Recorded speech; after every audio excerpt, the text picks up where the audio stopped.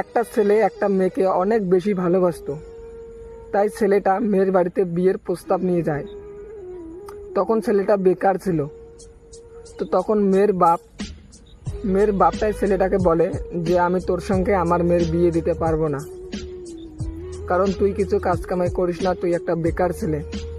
আমার মেয়েকে বিয়ে করতে হলে তোকে একটা সরকারি চাকরি করতে হবে। তো তখন ছেলেটা এই কথা শুনে মেয়েটার বাড়ি থেকে চলে আসে।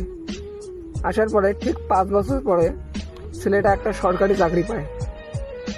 সরকারি চাকরি পাওয়ার পরে ছেলেটা আবার ওই মেয়েটার বাড়িতে চলে যায়, আর মেয়ের বাবা কয় যে এখন আমি একটা সরকারি চাকরি পেয়েছি, তার মাসে বেতন 50,000 টাকা, তো এখন আমি তোমার মেয়েকে বিয়ে করতে চাই।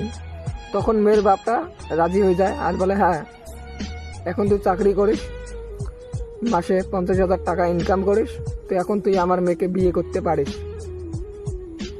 তো তখন ছেলেটা ভাবে যে ঠিক আজ থেকে 5 বছর আগে আমি এই বাড়িতে এসেছিলাম এই মেয়েটাকে বিয়ে করতে, তখন মেয়েটার বাবা আমাকে বলছিল যে তুই বেকার, আমি তোর সঙ্গে আমার মেয়ের বিয়ে দিতে পারবো না, কিন্তু আজকে আমি একটা চাকরি পেয়েছি তাই আমার সঙ্গে মেয়েটার বিয়ে দিতে রাজি হয়ে গেল।